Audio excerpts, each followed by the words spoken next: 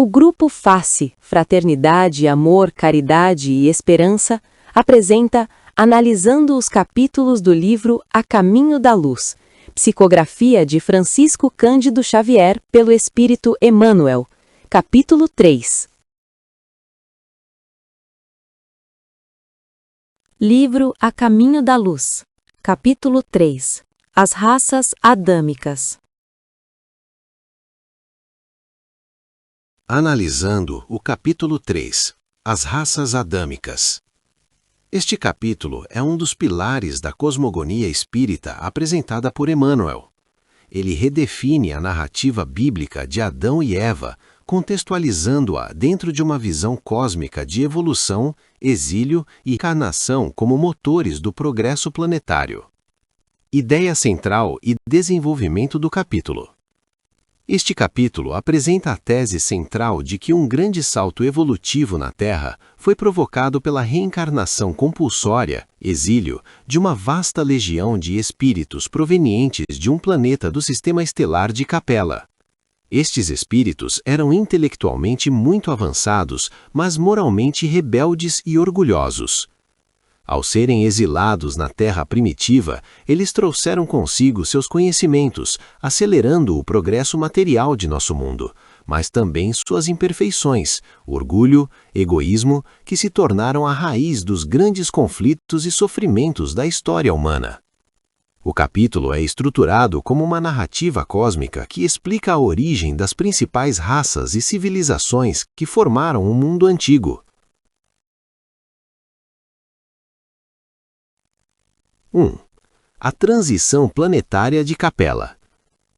Emmanuel começa a história não na Terra, mas em um planeta que orbitava a estrela Capella, um sistema estelar muito mais antigo que o nosso Sol. Este planeta passava por uma importante transição evolutiva, semelhante à que a Terra está destinada a passar. Estava deixando de ser um mundo de provas e expiações para se tornar um mundo de regeneração. Para que essa transição ocorresse, era necessário que os espíritos que ali habitassem tivessem alcançado um certo grau de pureza moral, alinhado com as leis do amor e da fraternidade. 2. O contexto da Terra primitiva. Antes de introduzir as raças adâmicas, Emmanuel descreve o estado da Terra. O planeta já era habitado por seres humanos, os chamados homens primígenes. Estes eram espíritos em um estágio evolutivo muito primitivo, recém-saídos da animalidade. Viviam em hordas de forma instintiva e selvagem, com uma inteligência rudimentar e sem noções de organização social, família ou espiritualidade.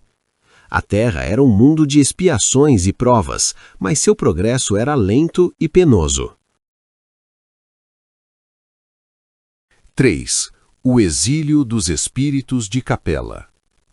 Emmanuel revela que em um sistema solar distante, na constelação do Cocheiro, existe um orbe chamado Capella.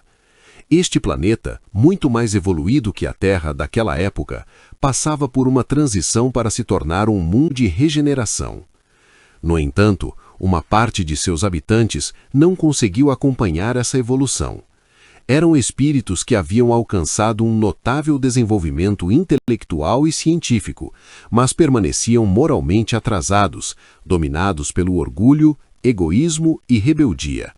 Eles se recusavam a seguir as leis de amor e fraternidade que regeriam a nova fase do planeta. Como consequência, esses espíritos foram exilados de Capella. O exílio não foi um castigo divino no sentido de vingança, mas uma medida educativa e misericordiosa. Eles seriam enviados para um mundo mais primitivo, a Terra, onde teriam a oportunidade de expiar suas faltas através do trabalho e do sofrimento em um ambiente primitivo. Aprender a humildade e a solidariedade ao conviver com seres menos evoluídos. Contribuir para o progresso da Terra, utilizando seu vasto conhecimento intelectual para acelerar a evolução dos nativos. Essa migração espiritual foi planejada e executada por entidades crísticas, incluindo o próprio Jesus, a quem Emmanuel descreve como o governador espiritual da Terra.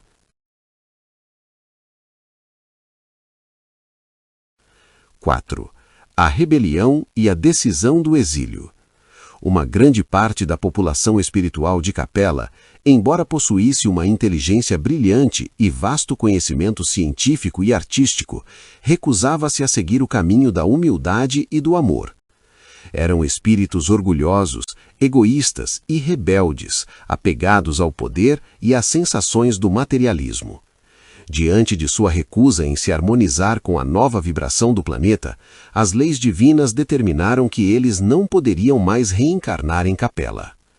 O exílio não foi um castigo humano no sentido de vingança, mas um remédio salutar e uma medida pedagógica. Eles seriam enviados para um mundo mais primitivo, a Terra, onde teriam a oportunidade de reaprender as lições da humildade, da dor e da fraternidade, ao mesmo tempo em que ajudariam no progresso desse novo lar. 5. A intervenção de Jesus. Emmanuel descreve um momento tocante. Antes do exílio, Jesus, como governador da terra, se apresenta a esses espíritos aflitos. Ele não os recebe como um juiz severo, mas como um irmão amoroso. Jesus oferece o planeta Terra como uma nova escola, prometendo que ele mesmo viria um dia visitá-los e ajudá-los em sua jornada de redenção. Essa promessa é apresentada como a primeira profecia da vinda do Messias ao nosso mundo. 6. A chegada e a missão na Terra. Os espíritos capelinos não chegaram em naves físicas. Seu exílio se deu através do processo de reencarnação. Seus corpos espirituais, perispíritos, foram adaptados às condições fluídicas e magnéticas da Terra e nasceram em corpos físicos entre as tribos primitivas do planeta. Ao reencarnarem, sofreram a bênção do esquecimento, perdendo a memória clara de seu passado em Capela. No entanto, traziam em seu íntimo uma vaga saudade e uma intuição inata de seu conhecimento perdido.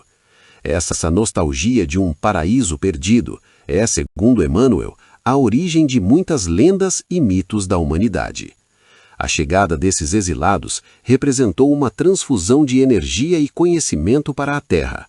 Eles introduziram as primeiras noções de agricultura e pecuária, o conceito de família organizada e de lar, rudimentos de artes, ciências e indústria, a primeira noção de um Deus, ainda que baseada em suas memórias distorcidas e no temor das forças da natureza.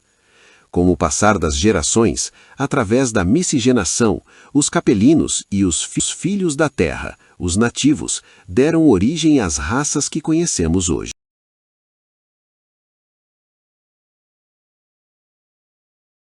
7.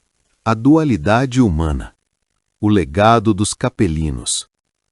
A chegada desses espíritos explica a contradição fundamental da natureza humana. Legado positivo, intelectual. Eles aceleraram drasticamente o progresso na Terra. Foram eles que inventaram a roda, a agricultura organizada, a escrita, a metalurgia e as ciências. Sem eles, a humanidade levaria milênios para atingir o mesmo nível de desenvolvimento. Legado negativo, moral. Trouxeram consigo o orgulho, o egoísmo, o preconceito, a sede de poder e a violência. Isso resultou na criação de sistemas de castas, na escravidão, nas guerras de conquista e em toda a sorte de conflitos que marcaram a história. 8. A divisão em 4 grandes grupos. Emmanuel explica que os exilados de Capela foram direcionados para reencarnar em 4 grandes grupos, em diferentes regiões do globo, cada um com uma missão específica para o desenvolvimento da humanidade. Esses grupos formaram a base das grandes civilizações antigas. 1. O grupo dos arianos, raça branca. Foram para a Índia. Sua missão principal era desenvolver a espiritualidade, a filosofia e a religião. Deles surgiram os textos sagrados dos Vedas e as bases do pensamento filosófico que mais tarde influenciariam todo o Ocidente. Esse grupo se espalhou, dando origem à maioria dos povos indo-europeus. 2. A civilização do Egito. Este grupo se estabeleceu no Vale do Nilo. Sua tarefa era desenvolver o conhecimento das ciências, das artes e da organização social. Foram os responsáveis pela construção das pirâmides, pelo desenvolvimento da escrita, da matemática e da astronomia. Guardavam uma memória mais viva de seu passado, expressa em símbolos como a esfinge, representando a união do espírito elevado com o corpo animalizado. Influenciaram profundamente os povos africanos. 3. O povo de Israel, hebreus, foram localizados na Palestina. Receberam a missão mais difícil e crucial: preservar a ideia do Deus único, monoteísmo, em um mundo dominado por politeísmo e idolatria. Por causa dessa missão, desenvolveram um caráter forte, orgulhoso e isolado, necessário para proteger a pureza de sua crença. Seria através de sua linhagem que milênios mais tarde Jesus reencarnaria. 4. As castas da China, raça amarela. Este grupo se fixou no Extremo Oriente. Sua missão era desenvolver as virtudes da solidariedade, da disciplina, do respeito à família e do trabalho paciente. Eles criaram uma civilização milenar baseada na ordem, na perseverança e nos laços familiares.